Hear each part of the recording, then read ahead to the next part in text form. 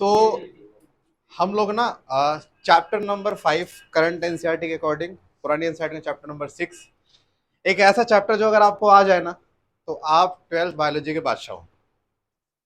मान लीजिए आपको चैप्टर 6 आता, बाकी कोई चैप्टर नहीं आता, तो आपको बायोलॉजी आती है, और चैप्टर 6 नहीं आता, बाकी पूरी 12th आती है, तो आपको कुछ भी नहीं आता। ठीक है। और इस चैप्टर में क्या है कि आपको टॉपिक समझ में आएगा, इसकी कोई आप टेंशन ना लो, समझ में आपको आएगा।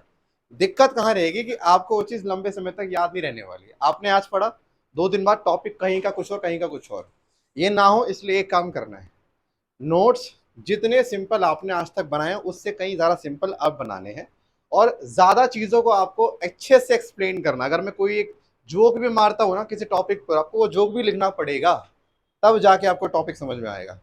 तो हम लोग ज्यादा टाइम न जाया करते हुए सीधा मुद्दे पे आते हैं। चैप्टर नंबर अभी के अकॉर्डिंग 5 है, जो कि मेरा मन नहीं कह रहा, 6 कहने का मन करता है, बट कोई नहीं। और इसका नाम है मॉलिक्यूलर बेसिस ऑफ इनहेरिटेंस। अब पहले समझते हैं कि इस चैप्टर का मतलब क्या है। देखो, आप लोगों ने इसके पिछले चैप्टर में पढ़ा था कि इनहेरिटेंस जो है वो फैक्टर्स के थ्रू होता है। मेंडल ने कहा था इनहेरिटेंस जो है, यानी जो इनहेरिटेंस प्रोसेस है, ये होता है फैक्टर्स के द्वारा। अब यहां पर सवाल ये आता है, फैक्टर्स बेसिकली मॉलिक्यूल लेवल पे किस चीज का बना है। जैसे मान के चल लीजिए, मैं कहता हूँ मार्कर है भाई, मार्कर मैं कहता हूँ प्लास्टिक से बना। प्लास्टिक मॉलिक्यूल लेवल में किस चीज से बना है, आई मीन किस मॉलिक्यूल से प्लास्टिक बना हुआ है, मेरी इच्छा है ना जानने की।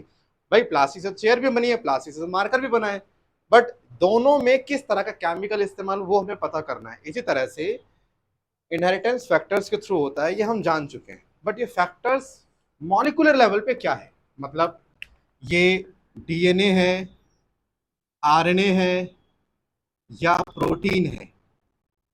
तो तभी इस चैप्टर का नाम क्या, मॉलिक्यूलर बेसिस ऑफ इनहेरिटेंस। यानी हम यहां भी इनहेरिटेंस पढ़ेंगे, लेकिन अब हम आएंगे मॉलिक्यूलर लेवल पे बात करेंगे। अब हम जीन्स वगैरह इस लेवल पे बात नहीं करने वाले। तो हम इस चैप्टर में शुरुआत, अलग बता दूं कि इस चैप्टर में हमें सिर्फ एक ही चीज पढ़नी है, वो है डीएनए।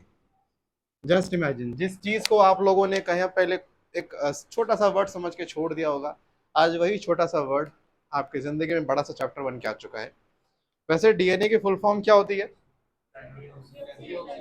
क्या कह रहे डाईऑक्सी, अरे बोल तो सही।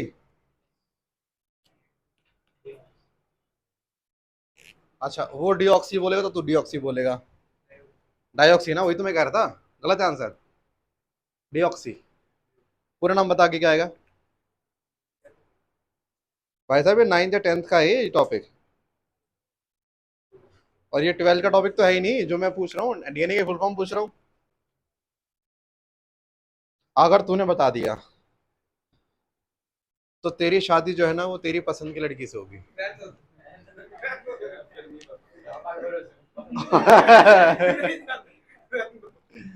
सुनो, डीएनए की फुल फॉर्म पहले आप जान लो। डीएनए के फुल फॉर्म में डीऑक्सी राइबो न्यूक्लिक एसिड। हम पहले बात करते हैं डीएनए की डिस्कवरी की, डीएनए ढूंढा कैसे गया था, है ना। तो हम बात करते हैं सन 1869 की, जिस समय महज राशि जो है महज 10 साल की थी। तेरे टाइम की बात कर रहे हैं। 1869 में एक साइंटिस्ट आए थे, फ्रेडरिक मिशर। फ्रेडरिक मिशर, ये एक साइंटिस्ट आए थे इन 1869। और हमारे इन्होंने क्या देखा, सेल को लिया, और सेल के न्यूक्लियस में इन्होंने एक बहुत ही विचित्र तरह की बॉडी देखी, बहुत ही विचित्र बॉडी। और इन्होंने उस विचित्र बॉडी को उस समय नाम दिया न्यूक्लिन। क्या नाम दिया, न्यूक्लिन नाम दिया। फिर कई सालों के बाद एक साइंटिस्ट आए थे, ऑल्टमान। क्या आए थे, ऑल्टमान। ऑल्टमान ने क्या किया, न्यूक्लियस पे स्टडी करी, और ये बताया जो न्यूक्लिन फ्रेडरिक ने जिक्र किया था, वो न्यूक्लिन वास्तव में एसिडिक नेचर में है। किस नेचर में है, और वो एसिडिक सब्सटेंस न्यूक्लियस में मिल रहा है। और क्योंकि एक एसिडिक सब्सटेंस न्यूक्लियस में मिलेगा, तो उसको हम क्या बुलाएंगे? Nucleic acid. न्यूक्लिक एसिड का मतलब होता है न्यूक्लियस में पाए जाने वाला एसिड। मतलब ऑल्टमान ने बताया था कि न्यूक्लिन वास्तव में एक क्या है? Nucleic acid. और ऑल्टमान ने एक बहुत यूनिक चीज और ऑब्जर्व करी थी कि न्यूक्लियस के अंदर दो तरह के न्यूक्लिक एसिड हैं। क्या सुनना, इसने एक चीज तो बताई कि जो न्यूक्लिन फ्रेडरिक बताकर गया था उसका नेचर बताया कि वो एसिडिक है। और उसको क्या बोला इसने? Nucleic acid. फिर इसने ये भी बताया कि न्यूक्लियस में ऐसे दो टाइप होते हैं। कैसे? न्यूक्लिक एसिड के दो टाइप होते हैं। That means there is two type of nucleic acid, ये भी बताया भाई साहब ने। फिर आगे चल के एक साइंटिस्ट और आए, जैकेरिस। स्पेलिंग गलत हो सकती है, चांसेस बहुत ज्यादा है, 200%। जैकेरिस आया। जैकेरिस ने क्या किया? जैकेरिस ने इस न्यूक्लिक एसिड को एक नाम दिया जिसको आज आप क्या बुलाते हो? डीएनए। वो नाम जैकेरिस ने दिया था। अब आप ये सोच लीजिए कि देखो, डिस्कवरी तो भाई साहब ने करी ना, नाम आप चेंज कर रहे हो, बिहेवियर बता रहे, ढूंढा तो किसने? उसी ने। तो जब भी नाम आता है क्वेश्चन ये आता है कि बताइए डीएनए को सबसे पहले किसने डिस्कवर किया? आंसर इज फ्रेडरिक मिशर ने। और इसको किस नाम से बुलाया था उन्होंने? न्यूक्लिन के नाम से। बाद में चल के इसका नाम क्या रखा गया? डीएनए रखा गया। अच्छा, ये तो डिस्कवरी।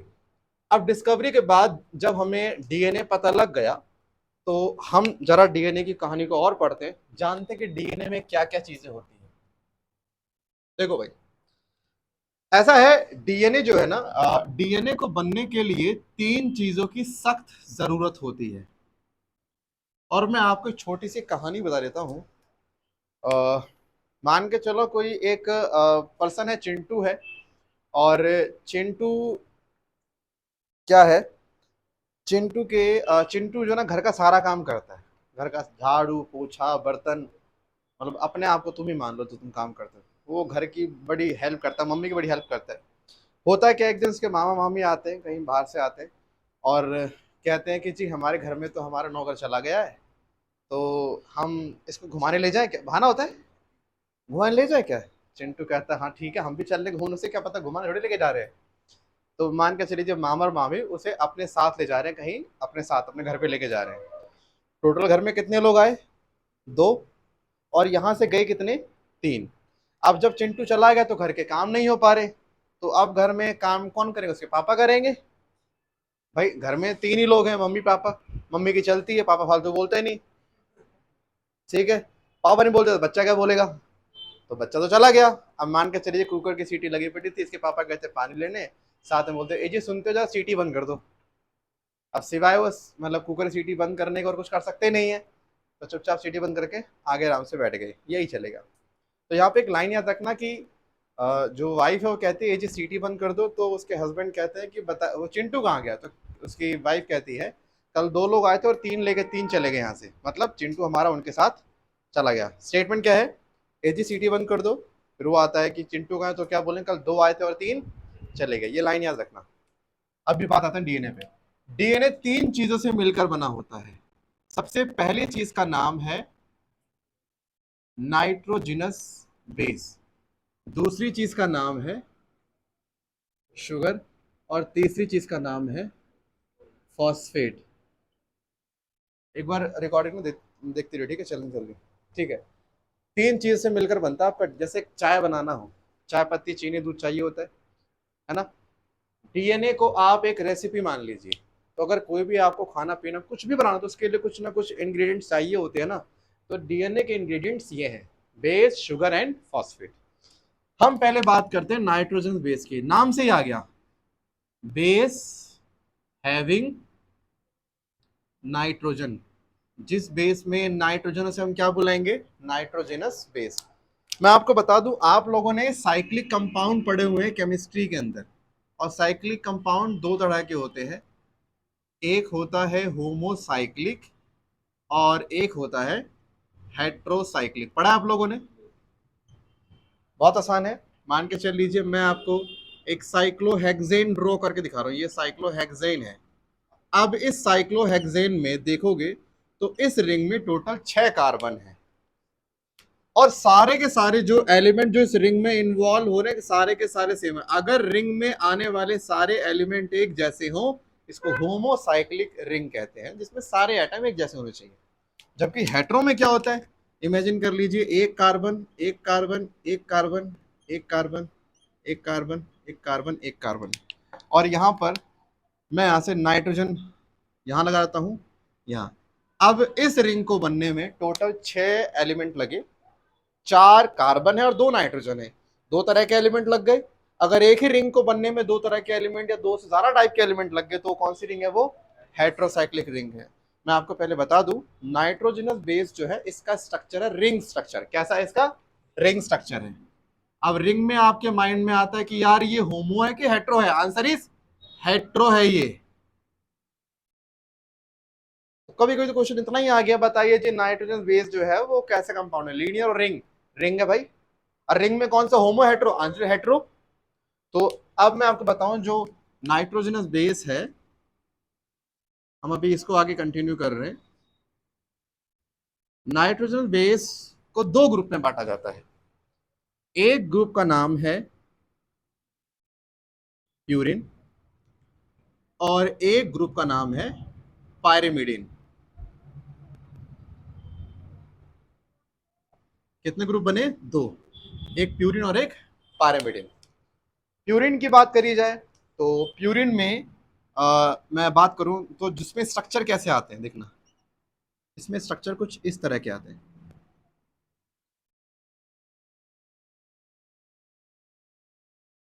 ऐसे, और पायरिमिडिन में स्ट्रक्चर कैसे आते हैं, इस तरह के आते हैं। समझना कैसे, यहां पर और यहां पर हम लगा देंगे एक नाइट्रोजन, फिर यहां और यहां हम क्या लगा देंगे, एक नाइट्रोजन। ठीक है, ये हो जाएगा नंबर 1 2 3 4 5 6 7 8 9, रिंग नंबरिंग आती है ना। अब और सुनिएगा यहां पर आप कहां लगाओगे, यहां और यहां पे लगाओगे नाइट्रोजन और नाइट्रोजन। इसमें नंबरिंग कैसे होगी, यहाँ पे आप कार्बन लिखे, यहाँ पर भी कार्बन, वो सेम वहां भी कर सकते हो, मना नहीं है आपको। C1 C2 C, एक काम नंबरिंग देते हैं 1 सॉरी 1 2 3 4 5 6, ठीक है। और डबल बॉन्ड जहां जहां आपको लगे कर लेना, ठीक है, अपने हिसाब से। अब आप ये सुन लीजिए कि प्यूरिन और पायरिमिडिन, मैं आपको बताऊं इस रिंग का एक नाम होता है बायो मतलब केमिस्ट्री के अंदर, ऑर्गेनिक के अंदर जब भी आप रिंग का इस्तेमाल करते हो हर एक रिंग का इस्तेमाल होता है, और हर एक किसी रिंग का नाम पायरान, किसी रिंग का नाम फ्यूरान, हर एक रिंग का नाम रखा गया है। इसी तरह से अगर कोई एक ऐसा स्ट्रक्चर जिसमें 4 कार्बन है और 2 नाइट्रोजन है, जिसमें से लोकेशन क्या नाइट्रोजन 1 और 3 पे होनी चाहिए, तो इस स्ट्रक्चर का नाम जानते हो क्या है, पायरिमिडिन।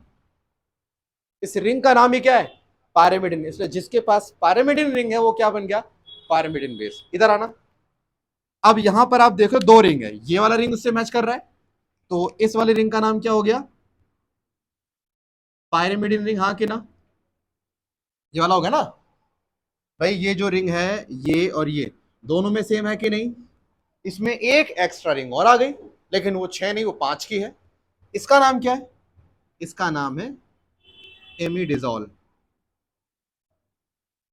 और एमिडिजोल प्लस पायरिमिडिन, इन दोनों को मिलाकर एक नाम बनाया गया, इसका नाम क्या रखा गया, प्यूरिन। समझे, तो हम क्या कहेंगे, प्यूरिन जो है वो 2 रिंग से बनता है, पायरिमिडिन प्लस एमिडिजोल रिंग, इन दोनों को मिलाकर एक साथ क्या बोलेंगे, प्यूरिन। जबकि उसमें सिर्फ एक रिंग है। आप देखोगे तो प्यूरिन में 1 3 7 और 9 इन 4 जगहों पर नाइट्रोजन प्रेजेंट है, जबकि पायरिमिडिन में कहां प्रेजेंट है, 1 एंड 3 पे नाइट्रोजन प्रेजेंट है। यानी कि प्यूरिन के पास पायरिमिडिन से डबल अमाउंट में नाइट्रोजन मिलता है, कह सकते हो उस पे 2 उस पे 4। तो अब बताऊं मैं, प्यूरिन के अंदर 2 तरह के बेस आते हैं, हम उनके फर्दर स्ट्रक्चर की बात नहीं करेंगे। देखो अगर मैंने दिखाया प्यूरिन का स्ट्रक्चर ये होता है, तो इसमें हम दो तरह के बेस मेंशन करते हैं, एक एडेनिन और एक ग्वानिन। तो दोनों का स्ट्रक्चर सेम होता है, बस यहाँ पर आएगा तो यहाँ पर क्या करोगे, एक पॉइंट पे ऐड कर दोगे, NH2 ग्रुप ऐड कर दोगे, यहाँ पर आएगा तो NH2 और डबल बॉन्ड वो ऐड कर दोगे। मतलब इन दोनों में बेसिक स्ट्रक्चर दोनों का सेम है, बस दोनों में एक आध नए ग्रुप जुड़ जाते हैं और दोनों का नाम अलग अलग हो जाता है। तो उतना आपके एग्जाम में नहीं आएगा, उतना हम बात नहीं करेंगे। अच्छा, तो एडेनिन और ग्वानिन इन दोनों के पास कितनी रिंग होगी, 2 रिंग होगी, हाँ कि ना। बस दोनों में अलग अलग फंक्शनल ग्रुप आ जाएंगे तो इनके अलग अलग टाइप बन जाते हैं। ओके, ये हो गया एडेनिन और ग्वानिन।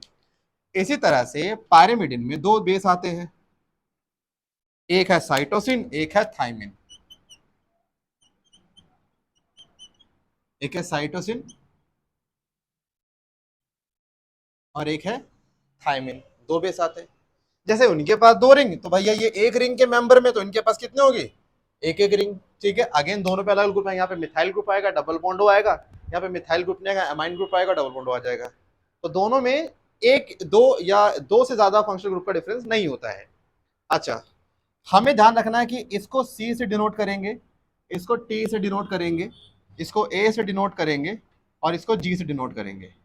आप ये मान लो प्यूरिन हो गए लड़के वाले और ये हो गए लड़की वाले, और शादी होती है लड़के और लड़की के बीच में आमतौर पे, माने आजकल वही सब चलता है, ये लड़के और ये लड़की, यानी कि एडेनिन ग्वानिन लड़के हैं, साइटोसिन और थाइमिन लड़कियां हैं। यानी कि आप साइटोसिन और थाइमिन की शादी नहीं करा सकते और इनकी आपस में शादी नहीं होगी। तो यहां पर मेरा शादी से कहने का मतलब है पेयरिंग और बॉन्डिंग। यहां का एडेनिन उसके थाइमिन के साथ बॉन्ड बनाएगा, यानी एडेनिन की बॉन्डिंग किससे होगी, थाइमिन के साथ होगी। और कितने बॉन्ड लगेंगे, 2 बॉन्ड आएंगे, 1 और 2।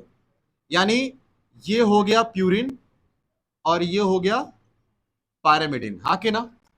अच्छा, इसी तरह से ग्वानिन और साइटोसिन ये दोनों जुड़ते हैं, लेकिन कितने बॉन्ड, 3 बॉन्ड। ये बॉन्ड है कौन से, ये बॉन्ड है हाइड्रोजन बॉन्ड, क्या है। और कभी ए सी से नहीं जुड़ेगा, ठीक है, क्योंकि देखो आप भी जानते हो दो चीजों के बीच में बॉन्डिंग बनने के लिए एक नहीं मल्टीपल चीज देखी जाती है कि वो कोप्लेनर है कि नहीं, उनके ऑर्बिटल्स में उतनी जगह है कि नहीं, मतलब 10 चीज देखी जाती तब बोलते हैं। ए और टी के हर चीजें कंपैटिबल होती है इसलिए बॉन्ड बनाएंगे, जबकि और जी और सी के होते कंपैटिबल। इसीलिए अब मैंने हमेशा क्या बोला, प्यूरिन की पेयरिंग हमेशा पैरामिडिन से होगी। देखो ए और टी में से ए क्या है, प्यूरिन, टी क्या है, पैरामिडिन। तो प्यूरिन की पेयरिंग किससे हो रही है, पैरामिडिन से हो रही है। आप प्यूरिन की प्यूरिन से पेयरिंग नहीं करा सकते, होती है ये भी, लेकिन अगर ये हमारे डीएनए में हुआ तो इसे एरर बोलते हैं और ये हमें नहीं होनी चाहिए। तो आपको एक बात ना, हमेशा किसकी पेयरिंग किससे हो रही है वो पता होना चाहिए। और मैंने आपको बताया था कि AGCT बंद कर दो क्योंकि कल 2 आए थे और 3 चले गए। उसका मतलब था एडेनिन ग्वानिन प्यूरिन में आते हैं, साइटोसिन थाइमिन पैरामिडिन में आते हैं। 2 का मतलब AT में 2 बॉन्ड बनेंगे और 3 का मतलब हो गया CG में 3 बॉन्ड बनेंगे।